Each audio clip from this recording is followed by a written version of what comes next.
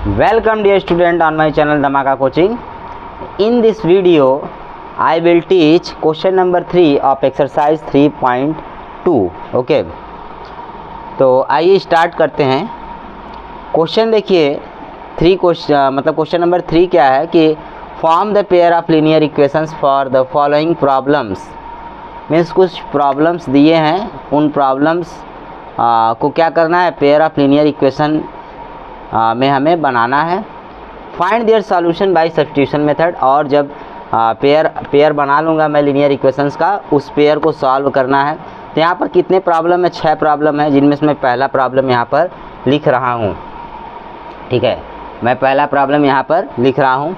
Okay, तो पहला problem क्या है कि the difference between two numbers is 26 and one number is 3 times the other, find them. करा कि दो नंबर्स का डिफरेंस, मतलब दो नंबर्स के बीच का जो डिफरेंस वो 26 है, और एक नंबर जो है कि क्या है कि दूसरे नंबर का 3 टाइम्स मतलब 3 गुना है। तो हमें उन दोनों नंबर्स को बताना है कि वो दोनों नंबर्स क्या हैं। तो आइए इसका सॉल्यूशन देखते हैं। ठीक है,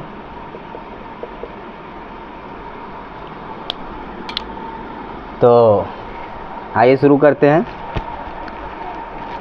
the difference between two numbers, तो हम दो नंबर ले लेते हैं, x और y ले लेंगे, लेकिन उसमें से एक बड़ा नंबर होना चाहिए और एक छोटा नंबर होना चाहिए। बड़े में से छोटे को माइनस करेंगे तभी आएगा 26। कितना आएगा? 26। ठीक है, तो हम बड़े नंबर को x सपोज कर लेंगे, छोटे नंबर को y सपोज कर लेंगे। ठीक है, तो यहाँ पर बड़ा और छोटा नंबर नहीं लिखेंगे, तो बस खाली यहाँ पर लिखेंगे let x and y be two numbers. ठीक है, be two numbers such that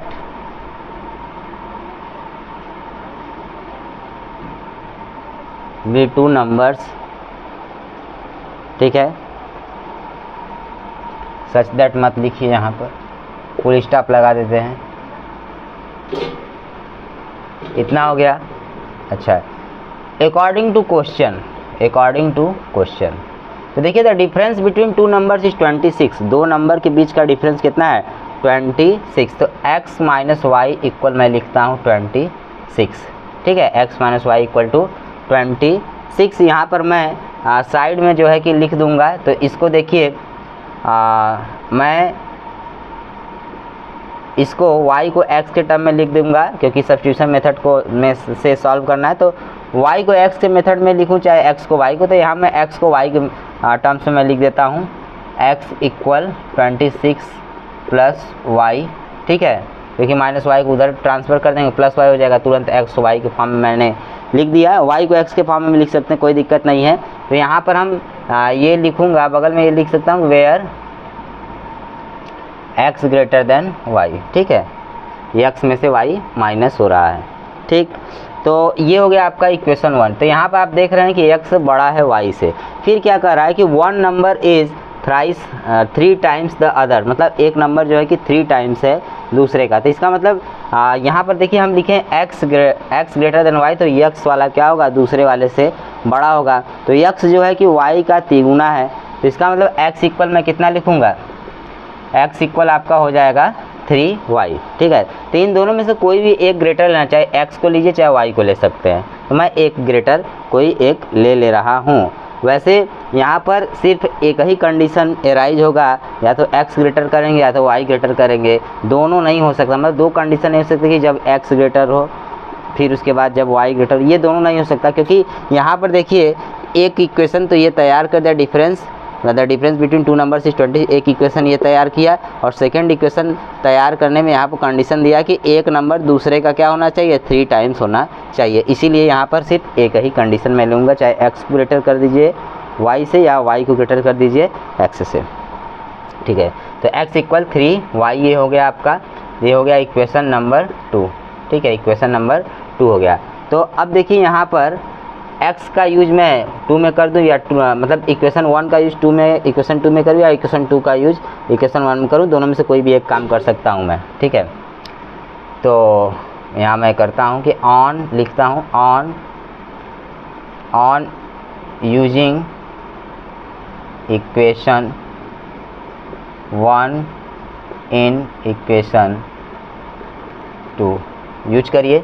x equal 26 plus Y है, तो इसमें x यहाँ पर है तो लिख देता हूँ 26 प्लस वाई इक्वल 3y, ठीक है। y को उधर ले जाइए तो कितना हो जाएगा, ये प्लस में y है उधर जाएगा, इधर 3y है तो उधर माइनस वाई हो जाएगा उधर, तो इधर आ जाएगा 2y RHS में इक्वल 26, तो y इक्वल टू कितना आ गया, ये 2 इसके नीचे आ जाएगा 26/2, तो डिवाइड करेंगे 13 आएगा, ठीक है। तो 13 इक्वल y आएगा, तो मैं उसको जो है कि बदल देता हूँ एक तरह से, लेफ्ट हैंड LHS को RHS में लिख दूँगा, RHS को LHS में लिख दूँगा, तो y इक्वल टू कितना आ जाएगा 13, y इक्वल कितना आ जाएगा यहाँ पर 13, y का वैल्यू आपका आ गया 13 आ गया, ठीक है।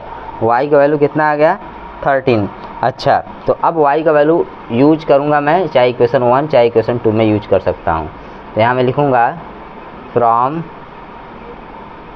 इक्वेशन 1, तो देखिए फ्रॉम इक्वेशन 1 से तो क्या होगा, x इक्वल 26 प्लस 13, तो हो गया आपका 39, तो x की वैल्यू आ गई 39, ठीक है।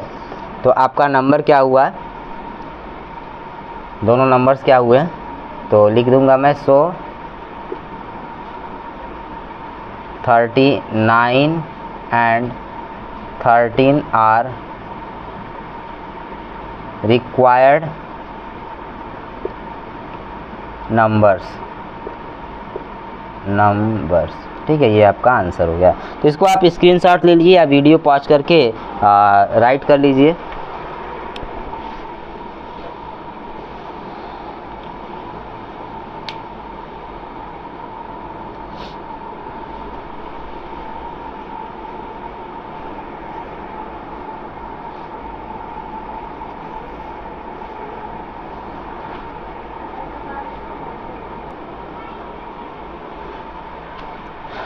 सेकेंड क्वेश्चन देखिए, सेकेंड क्वेश्चन क्या है, the larger of 2 supplementary angles exits the smaller by 18 degree, find them. कह रहा है कि 2 सप्लीमेंट्री एंगल्स हैं, उनमें से जो बड़ा वाला एंगल है वह छोटे वाले एंगल से 18 डिग्रीज ज़्यादा है, तो अब दोनों सप्लीमेंट्री एंगल्स को बताइए। तो आइए इसको सॉल्व करते हैं।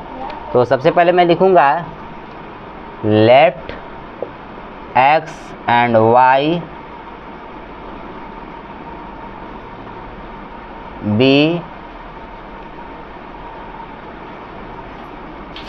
the larger and smaller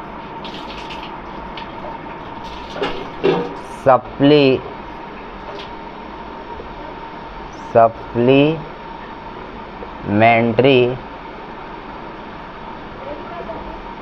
angles respectively, ठीक है। अब क्या लिखूंगा, according to question ATQ।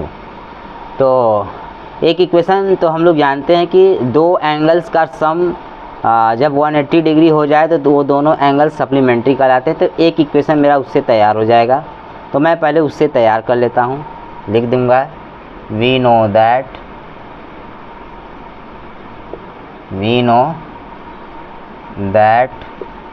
Direct लिखूंगा मैं x plus y equal 180 degree, ठीक है, 180 डिग्री इक्वेशन। और इसको मैं y को x के टर्म में लिख देता हूँ यहीं से, तो y इक्वल टू मैं लिख सकता हूँ 180 डिग्री माइनस x, तो ये हो गया आपका इक्वेशन 1।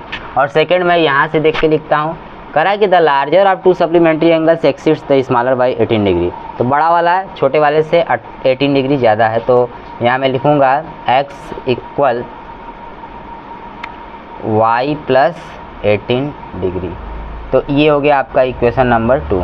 अब मैं क्या करूँगा कि 2 2 का 1 में यूज कर दूँ या 1 का 2 में यूज कर दूँ, तो 1 का 2 में यूज कर देता हूँ। तो यहाँ लिख रहा हूँ on using equation 1 in equation 2 use करिए।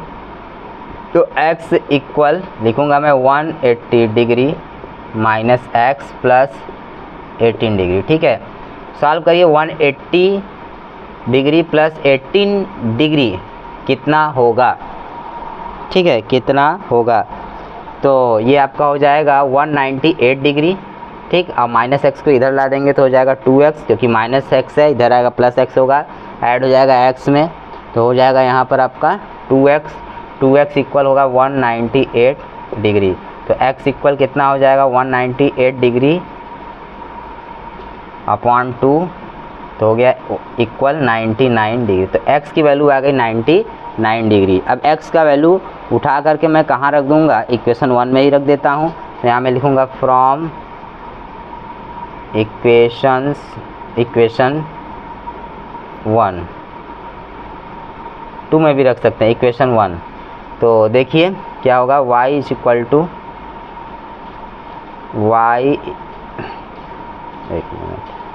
y is equal to 180 degree minus 99 degree. तो सॉल्व करेंगे इसको तो कितना आ जाएगा? y is equal to, minus करिए 180 डिग्री में से 99 डिग्री, तो आपका आ जाएगा 81 डिग्री। कितना आ जाएगा? 81 डिग्री। तो ये आपका आंसर हो गया, x इक्वल टू इतना, y इक्वल टू 81 डिग्री। ठीक है, तो नोट कर लीजिए इसे। अच्छा क्वेश्चन था। ठीक है,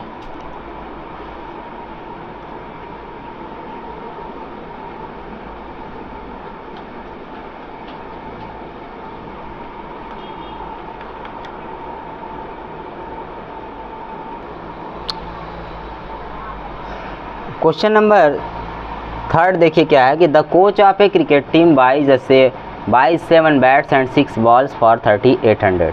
एक क्रिकेट टीम का कोच है, वह 7 बैट और 6 बॉल्स को ख़रीदता है 3800, मतलब 3800 रुपीज़ में। इसके बाद सी बाइज खरीदती है। ठीक है, यहाँ सी लिखा है। इसके बाद क्या होता है? बाद में she buys 3 bats and 5 balls, 3 bat और 5 बॉल और ख़रीदती है 1750 रुपीज़ में। Find the cost of each bat and each ball. तो अब बताइए कि एक बैट और एक बॉल का कॉस्ट कितना है। तो मैं यहाँ लिखता हूँ कि लेट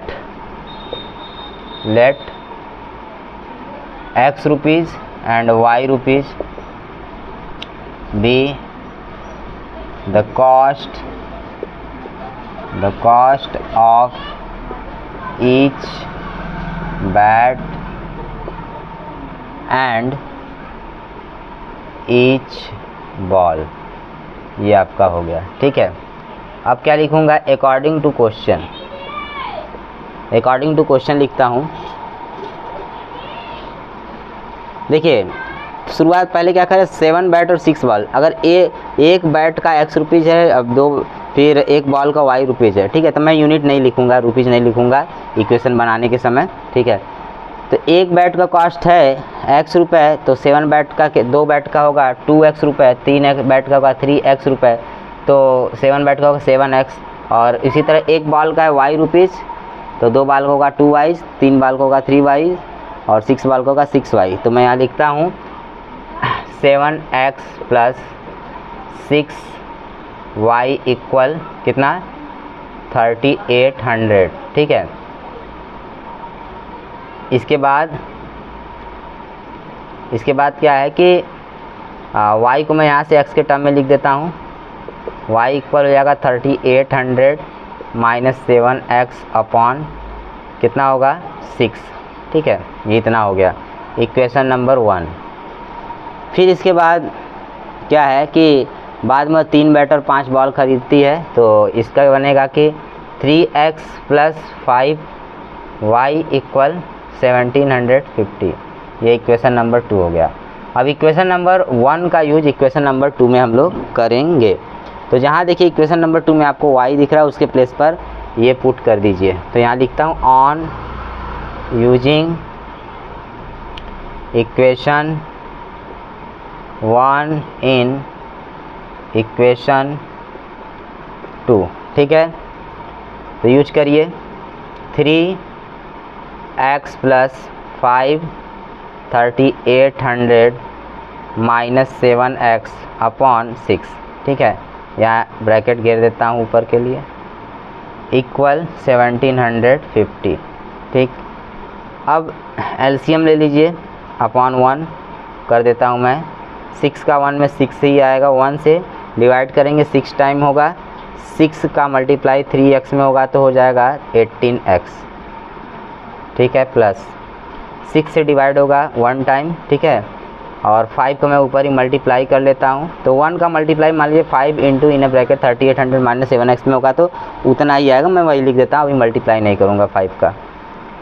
3800 -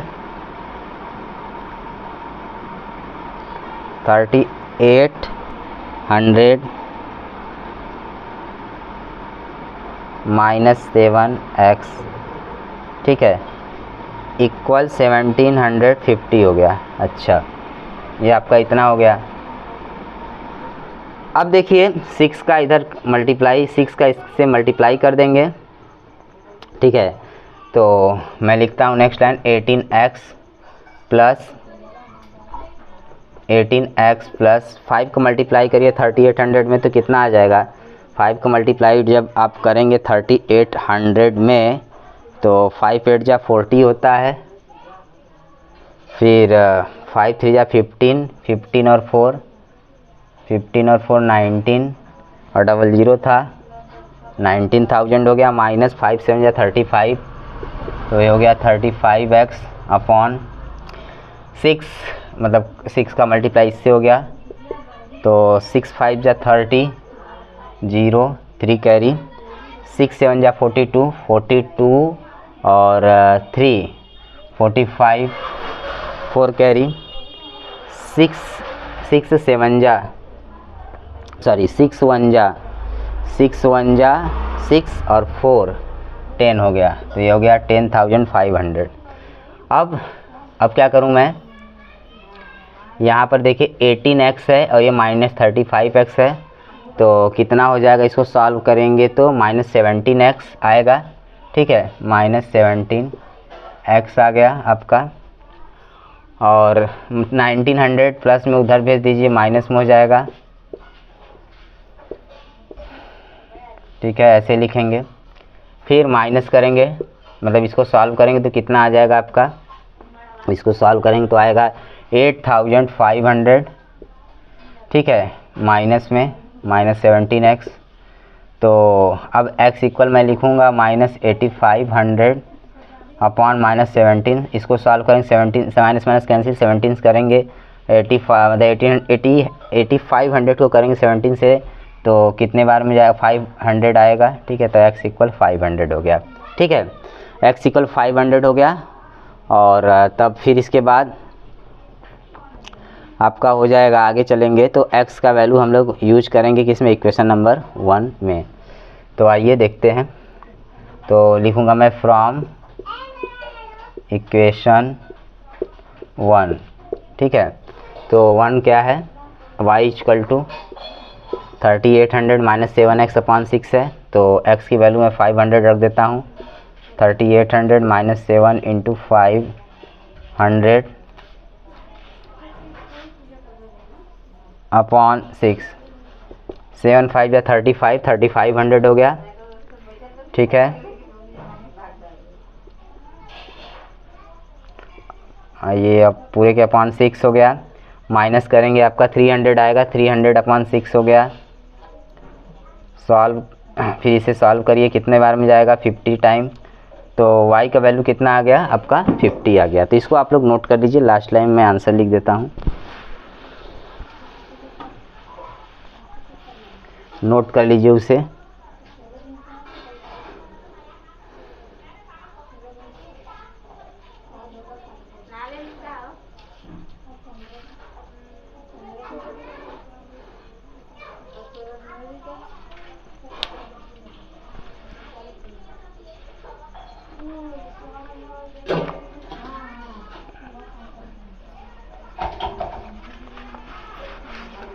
तो मैं लिखता हूँ सो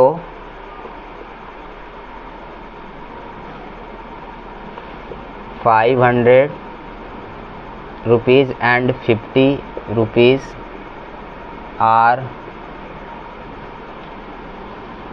the cost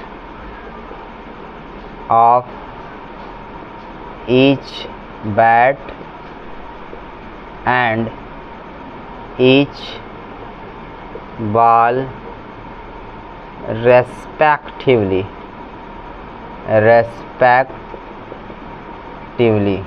ठीक है, ये आपका हो गया। तो इसे नोट कर लीजिए लास्ट वाला।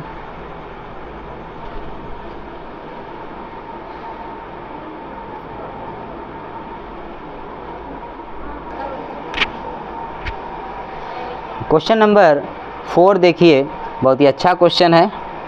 The taxi charges in a city consist of a fixed charge together with the charge for the distance covered. जो टैक्सी चार्ज है एक सिटी में टैक्सी चार्ज है, ठीक है। उस टैक्सी चार्ज में फिक्स्ड चार्ज के साथ साथ फॉर द डिस्टेंस कवर्ड, जितना डिस्टेंस कवर किया जाएगा उसका भी जो चार्ज होगा वह जुड़ा होता है, मतलब इंक्लूड होता है, ठीक है। For the distance of 10 kilometre the distance paid is ₹105, the charge paid is ₹105।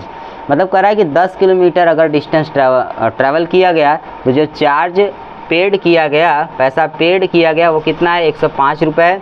और for a journey of 15 kilometre, 15 kilometre की जर्नी जब किया गया, ठीक है, तो जो चार्ज है वो कितना होगा, ₹155। तो कह रहा है what are the fixed charges and charge per kilometre. तो बताइए कि फिक्स चार्ज कितना है और उसके बाद 1 किलोमीटर का चार्ज कितना है। How much does a person have to pay for the travelling और डिस्टेंस ऑफ 25 किलोमीटर। अब कह रहा है कि एक पर्सन है, एक कोई इंसान है, वो कितना पे करता है अगर वह 25 किलोमीटर का डिस्टेंस ट्रैवल किया है। तो यही क्वेश्चन है, इसको मैं सॉल्व करूँगा। तो सबसे पहले मैं क्या करूँगा कि जो फिक्स चार्ज है उसको x रुपये मान लूँगा और उसके बाद पर किलोमीटर का जो चार्ज है उसको y रुपये मान लूँगा, ठीक है, सपोज कर लूँगा, या लेट भी कर सकते हैं। तो आइए मैं लिखता हूँ let x rupees and y rupees be the fixed charge and charge per kilometre,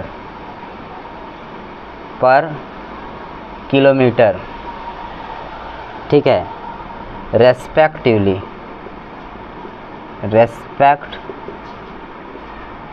इतना मैंने लिख लिया, ठीक है। अब मैं लिखता हूँ अकॉर्डिंग टू क्वेश्चन। तो देखिए यहाँ पर लिखा है for a distance of 10 kilometre, 10 kilometre का डिस्टेंस अगर ट्रैवल किया गया तो मुझे चार्ज देना होगा ₹105, ठीक है। तो इसका मतलब इसमें फिक्स चार्ज भी, मतलब 10 किलोमीटर का डिस्टेंस अगर ट्रैवल किया तो फिर उसके बाद फिक्स चार्ज भी ऐड रहेगा, ठीक है। तो इक्वेशन यहाँ पर फॉर्म होगा, एक किलोमीटर के लिए मैंने माना है पर किलोमीटर के लिए चार्ज जो है y रुपीज़ है। तो 1 किलोमीटर के लिए अगर पर किलोमीटर मतलब 1 किलोमीटर के लिए y रुपीज़ है तो 2 किलोमीटर के लिए 2y रुपीज़ होगा, ठीक है। तो 10 किलोमीटर के लिए 10y रुपीज़ होगा, ठीक है। तो यहाँ मैं लिखता हूँ x, पहला इक्वेशन हो जाएगा x प्लस कितना 10y इक्वल हो जाएगा आपका कितना 105। तो यहाँ से x को y के फॉर्म में लिख देता हूँ, x इक्वल क्योंकि वो जल्दी होगा, सॉल्व जल्दी होगा, मतलब कंक्लूड जल्दी हो जाएगा। फिर ये x इक्वल 105 माइनस 10y, ठीक है। तो y जैसे x के फॉर्म में लिखना है तो थोड़ा टाइम लगेगा सॉल्व करने में, ठीक है, ट्रांसफ़र करने में। तो अगर मैं x को y के फॉर्म में लिखूंगा तो जल्दी होगा। तो ये आपका हो गया x equal to 105 minus 10y। Unit मैंने नहीं लिखा है इक्वेशन में, दोनों साइड में, ठीक है। ये हो गया इक्वेशन 1। अब एक सेकेंड इक्वेशन के लिए मैं देखता हूँ। फॉर अ जर्नी या 15 किलोमीटर, अगर वो 15 किलोमीटर ट्रैवलिंग करता है तो कितना पैसा देता है? 155 रुपये, जिसमें फिक्स चार्ज भी इंक्लूड है। तो इसका इक्वेशन होगा x + 15y = 155। ये हो गया आपका इक्वेशन नंबर 2। अब इक्वेशन 1 का इक्वेशन 2 में यूज कर देता हूँ। तो x इक्वल इतना है, उसका मैं जब यूज करूँगा इक्वेशन 2 में, तो आइए देखते हैं, करने जा रहा हूँ मैं। तो यहाँ मैं लिखूँगा on using equation 1 and equation 2, ठीक है। तो देखिए क्या लिखता हूँ मैं, 105 माइनस 10y प्लस 15y = 155, ठीक है। तो यहाँ देखिए -10y प्लस 15y, ये आपको मतलब इनको सॉल्व करेंगे, इन दोनों y वाले टर्म को, तो आएगा मेरा +5y और 105 को उधर ट्रांसफ़र कर देंगे, ठीक है। तो 155 माइनस 105 होगा, ठीक है। तो यहाँ मैं लिखूँगा 5y = 155 माइनस 105, सॉल्व करेंगे तो कितना आएगा? 50 उधर आ जाएगा, ठीक है। और 5y है, 5 उधर डिवाइड में हो जाएगा, इधर मल्टीप्लाई में है तो हो गया 50/5। तो आपका y = मैं लिखूँगा 10, ठीक है। y = 10 आ गया। अब इस y की वैल्यू को मैं पुट कर देता हूँ इक्वेशन 1 में। तो यहाँ मैं लिखूँगा फ्रॉम इक्वेशन 1। तो फ्रॉम इक्वेशन 1 लिखा, तो यहाँ पर देखिए, तो होगा आपका x = 105 माइनस 10 × 10, ठीक है। सॉल्व करिए, 10 × 10, 10 10 जा 100, 105 माइनस 100, तो ये हो गया आपका कितना? 5, ठीक है। तो इसको आप इतना नोट कर लीजिए, इसके आगे मैं बढ़ रहा हूँ।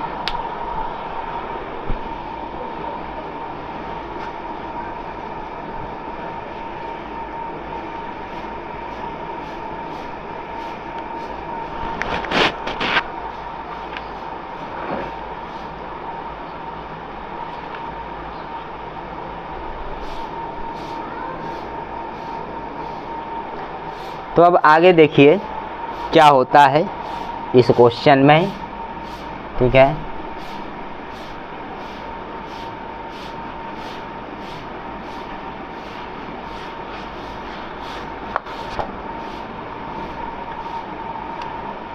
तो यहाँ मैं लिखूँगा सो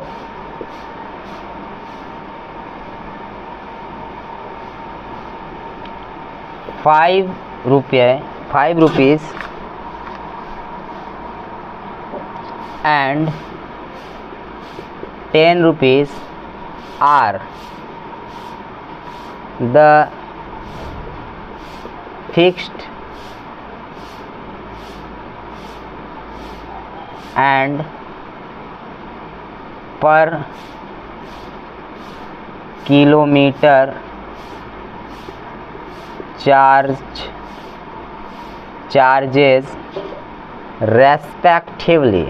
respectively, ठीक है। ये आपका इतना हो गया, ठीक। अभी और बाकी है, अभी तो ये आधा ही हुआ, अभी ये समझ लीजिए टेलर ही है, ठीक है। अभी देखिए क्या है कि how much does a person have to pay for travelling a distance of 25 kilometre. अब कह रहा है कि अगर एक पर्सन जो है कि ट्रैवल करना चाहता है, घूमना चाहता है 25 किलोमीटर तक, तो अब उसको कितना पैसा देना पड़ेगा। तो आइए देखते हैं कितना पैसा वो देगा घूम घूम कर। तो लिखता हूँ मैं नाउ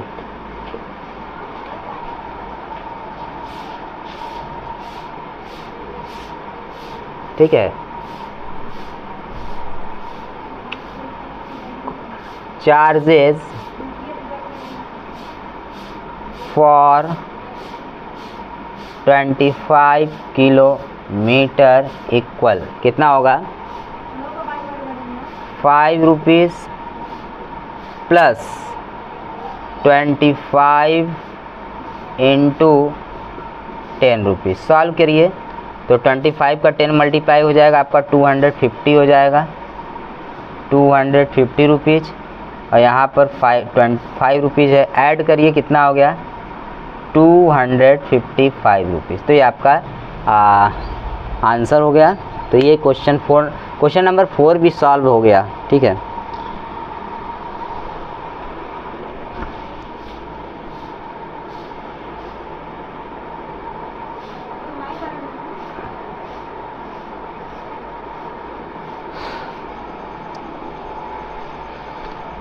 क्वेश्चन 5 देखिए जो है, a fraction becomes 9/11 if 2 is added to both the numerator and the denominator.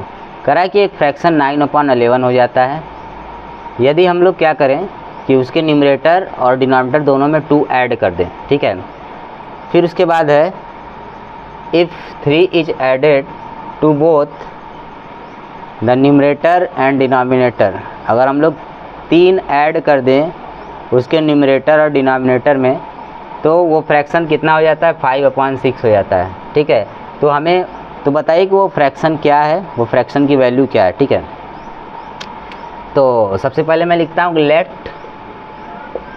x and y be the numerator and denominator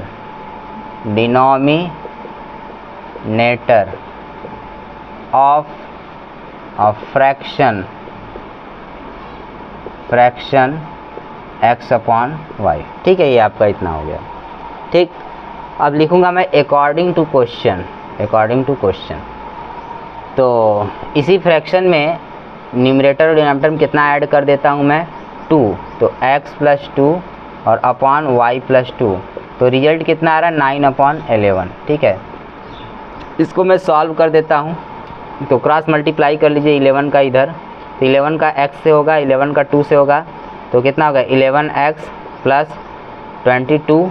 ठीक है, फिर उसी तरह y + 2 का इधर मल्टीप्लाई करेंगे तो 9 एक बार y से करेगा, फिर 9 एक बार 2 से करेगा, तो हो जाएगा 9y + 18।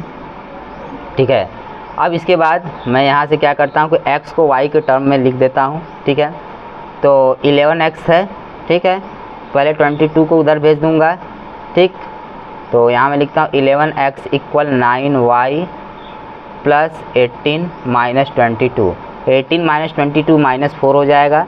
ठीक है, और 11x है तो 11 मल्टीप्लाई में उधर जाएगा, डिवाइड में हो जाएगा, तो लिखूँगा x = 9y - 4/11। ठीक है, तो ये आपका हो गया इक्वेशन नंबर 1।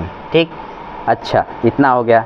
अब फिर इसके बाद एक और इसी तरह का इक्वेशन मैं बनाऊंगा, मतलब मैं जो है कि उसको लीनियर इक्वेशन इन 2 वेरिएबल्स में फॉर्म कर दूंगा, मतलब दूसरा इक्वेशन पूरा सीधा करने का कि दूसरा इक्वेशन मैं फिर बनाने जा रहा हूँ। तो आइए, करा कि if 3 is added to both the numerator and denominator it becomes 5/6। अब 3 ऐड करना न्यूमरेटर डिनोमिनेटर में, मतलब इसमें 3 ऐड करें और नीचे मतलब ऊपर भी x के साथ भी 3 ऐड करें, y के साथ भी 3 ऐड करें, तो कितना हो जाता है फ्रैक्शन 5/6। तो यहाँ मैं लिखता हूँ x + 3 अपॉन y + 3 इक्वल कितना 5/6। क्रॉस मल्टीप्लाई करिए, 6 का x में करेंगे, 6 का 3 में करेंगे, तो 6x + 18 इक्वल y + 3 का 5 में करेंगे तो आएगा 5y + 5 3 = 15। ठीक है, वेरिएबल को एक तरफ कर देता हूँ, तो ये हो जाएगा 6x 5y इधर आएगा -5y हो गया। ठीक है, और 18 उधर चला जाएगा, तो आपका हो जाएगा 15 - 18। ठीक है, अच्छा तो ये कितना बन गया आपका 6x - 5y इक्वल -3। ये हो गया आपका इक्वेशन नंबर 2 हो गया। कितना हो गया इक्वेशन नंबर 2 हो गया। अब इक्वेशन 1 का यूज किस में कर देंगे 2 में। ठीक है, तो यहाँ लिखने जा रहा हूँ मैं on using equation 1 in equation 2 use करिए। इक्वेशन 2 में जहाँ x दिखाई दे रहा है वहाँ पर ये 9y माइनस 4/11 रख दूँगा, तो हो गया आपका 6 इंटू 9y माइनस 4/11, ब्रैकेट घेर देता हूँ, फिर माइनस 5y इक्वल -3, ठीक है। अच्छा, फिर अब क्या करिए कि 6 का मल्टीप्लाई कर दीजिए, मतलब ब्रैकेट ओपन करिए, 6 का अंदर ब्रैकेट के अंदर मल्टीप्लाई करिए तो हो गया 6 9 जा 50, 4y 6 4 जा 24/11 माइनस 5y इक्वल -3। एलसीएम ले इसके नीचे 1 ले लीजिए, 11 और 1 का एलसीएम लेंगे 11 ही आएगा, ठीक है। 11 से 1 टाइम कैंसिल हो जाएगा, 1 का मल्टीप्लाई ऊपर इससे करेंगे वही आएगा 54y माइनस 24, ठीक है। 1 से डिवाइड करेंगे 11 को, कितने टाइम जाएगा आपका 11 टाइम - 11 का मल्टीप्लाई 5y में करेंगे तो -55y हो गया, ठीक है, और इक्वल -3। 11 का -3 मल्टीप्लाई हो जाएगा -33 हो गया, ठीक है। फिर इसके बाद यहाँ पर देखिए 54y माइनस 55y, तो ये आपका बचेगा -y माइनस 24, ओके। अब क्या करता हूँ, -24 को उधर लेकर जाइए तो +24 हो जाने का, तो उधर लेकर जाएंगे तो -33 है प्लस 24 कितना हो जाएगा आपका 9 हो जाएगा, -9, माइनस से माइनस कैंसिल, तो आपका आ गया कितना y इज इक्वल टू 9 आ गया, ठीक है। अब इस y का वैल्यू उठा करके इक्वेशन 1 में यूज कर दीजिए, तो मैं लिखता हूँ फ्रॉम इक्वेशन 1, ठीक है, फ्रॉम इक्वेशन 1। तो यहाँ लिखूँगा x इक्वल 9 इंटू 9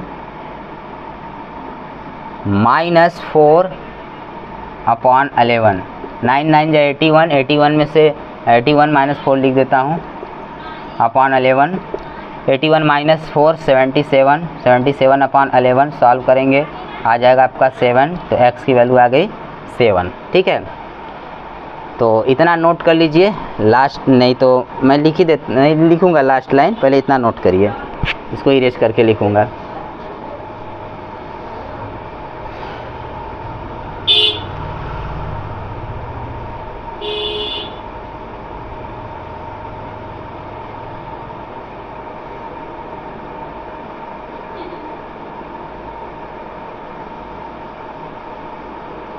तो अब देखिए जो है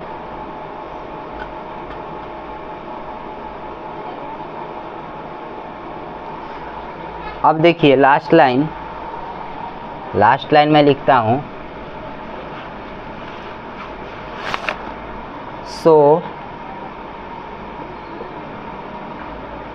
रिक्वायर्ड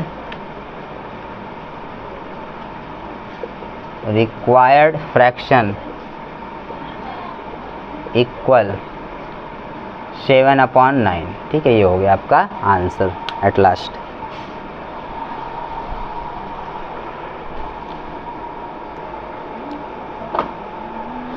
तो लास्ट क्वेश्चन देखिए, क्वेश्चन नंबर 3 का लास्ट क्वेश्चन क्या है।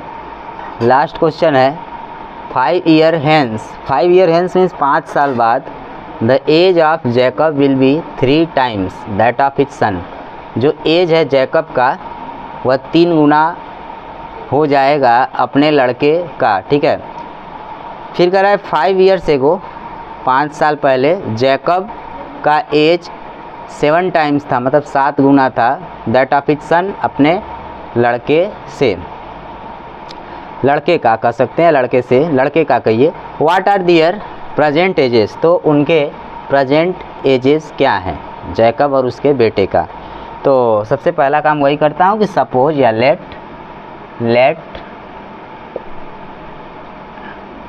x years and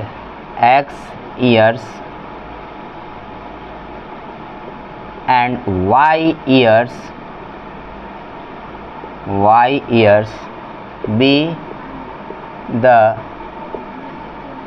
present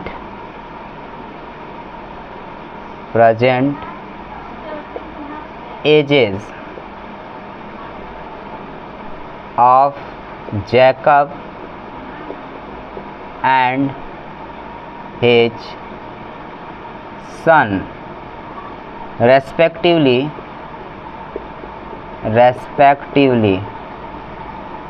ठीक है। अब लिखता हूँ अकॉर्डिंग टू क्वेश्चन। तो शुरुआत में कह रहा है 5 ईयर हेंस, मतलब 5 साल बाद। तो 5 साल बाद कह रहा है, ईयर्स में यूनिट नहीं लिखूँगा, ठीक है। और जो इक्वेशन बनाऊँ उसमें ईयर्स यूनिट नहीं लिखूँगा, ठीक है। तो अब देखिए 5 साल बाद, तो मतलब x लिखा और x लिखा मैंने और इधर y लिख दिया, ठीक है। तो 5 साल बाद करा तो x + 5 लिखता हूँ और y + 5 लिखता हूँ, ठीक है।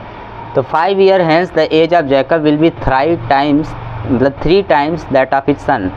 अपने लड़के का 3 गुना हो जाएगा। तो लड़के का y ईयर्स मैंने सपोज किया है और जैकब का x।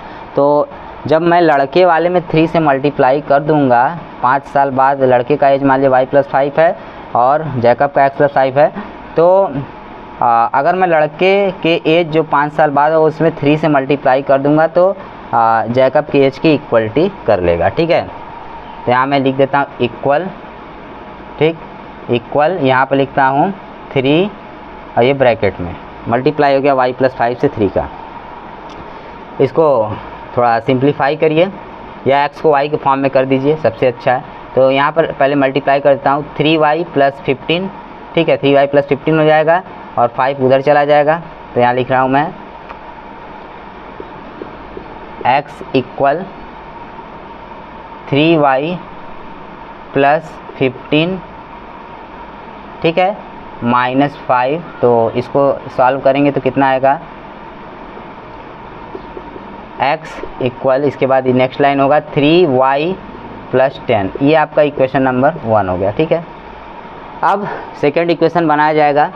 करा कि 5 years ago Jacob's age was 7 times that of his son. 5 साल पहले, तो 5 साल पहले का मतलब x - 5 और इधर भी कितना हो जाएगा आपका y - 5। कितना हो जाएगा y - 5, ठीक है। तो 5 साल पहले जैकब का एज कितना था अपने लड़के का, 7 टाइम्स था। तो अब इधर वाले में इस बार अब की बार 7 से मल्टीप्लाई कर देंगे। अब इसको थोड़ा सॉल्व करिए। इसको मैं क्या करता हूँ कि वेरिएबल को एक तरफ कर देता हूँ इस वाले में जो सेकंड इक्वेशन बना के लाऊंगा और कांस्टेंट को इक्वल के उधर RHS में कर दूँ। मतलब LHS में सिर्फ वेरिएबल रखूँगा, वेरिएबल वाले टर्म्स जो होंगे, और RHS में ना मतलब कांस्टेंट वाले टर्म में रखूँगा। तो यहाँ देखिए 7 का y के साथ मल्टीप्लाई होगा 7y आएगा, 7 का 5 के साथ मल्टीप्लाई होगा 35 आएगा। तो इधर हो जाएगा आपका 7y - 35। तो 7y + 7y को इधर लाऊंगा तो हो जाएगा x - 7y इक्वल, और इधर है -35 और ये -5 उधर जाएगा तो +5 हो जाएगा। तो -35 + 5 आपका कितना आएगा, आपका आएगा -30। तो इधर मैं लिख देता हूँ -30। ये हो गया इक्वेशन नंबर सेकेंड। अब इक्वेशन 1 का इक्वेशन 2 में यूज कर देता हूँ, ठीक है। तो यहाँ मैं लिख रहा हूँ on using equation 1 in equation 2 use करिए। तो यहाँ मैं लिखने जा रहा हूँ 3y, x के प्लेस पर इतना पुट करूँगा 3y + 10 -7y equal -30। 3y - 7 - 4y हो गया, +10 उधर जाएगा -10 हो जाएगा। तो -30 पहले से तो हो जाएगा कितना -40, ठीक है। और y = हो जाएगा आपका -40 अपॉन -4, माइनस से माइनस कैंसिल, 4 से डिवाइड होगा 40, 10 आएगा, ठीक है। तो यहाँ हो जाएगा y = 10। अब मैं लिखूँगा फ्रॉम इक्वेशन 1, ठीक है। तो y का वैल्यू ले जाकर के इक्वेशन 1 में पुट करता हूँ। तो लिखूँगा नेक्स्ट लाइन x = 3 × 10 + 10, सॉल्व करिए 30 हो गया, 3 × 10 = 30 और +10 40 हो गया, ठीक है। तो x की वैल्यू कितनी आ गई 40। तो लास्ट लाइन में लिखता हूँ यहाँ पर So 40 years and 10 years are the present ages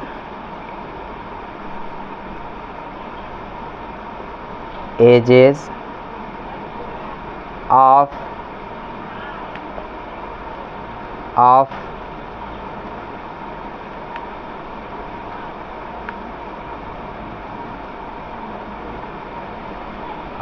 इधर लिख देता हूँ जैकब्स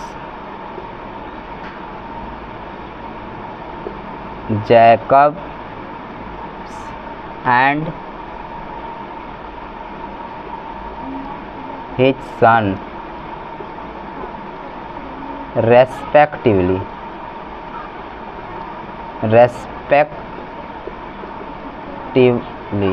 ये आपका हो गया, नोट कर लीजिए। तो ये लास्ट क्वेश्चन था, ये एक्सरसाइज भी द एंड हो जाता है।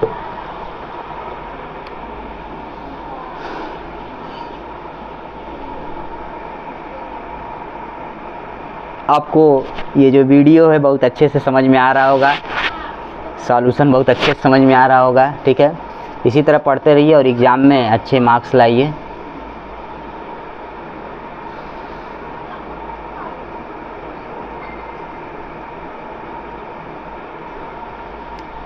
तो फिर मिलते हैं नेक्स्ट वीडियो में, ठीक है। अगर आप चैनल पर नए हैं तो चैनल को लाइक, सब्सक्राइब, शेयर ज़रूर करिएगा, बेल आइकन ज़रूर से दबा दीजिएगा, ठीक है। ताकि मुझे मोटिवेशन मिलेगा, मुझे और भी वीडियो बनाने का, इसी तरह का अच्छे वीडियो बनाने का जो है कि मौका मिलेगा, मन करेगा, ठीक है। और वैसे भी आप देखते रहिए और मैं वीडियो बनाता रहूँगा, ठीक है। आपको बहुत ही यूजफुल होगा ये सब वीडियो, ये सब एजुकेशन वीडियो हैं। अब इसके बाद जो है कि कौन सा एक्सरसाइज चलेगा, 3.3 चलेगा, ठीक है। और एलिमिनेशन मेथड के बारे में थोड़ा बता दूंगा। तो फिर मिलते हैं नेक्स्ट वीडियो में। Take care, good bye.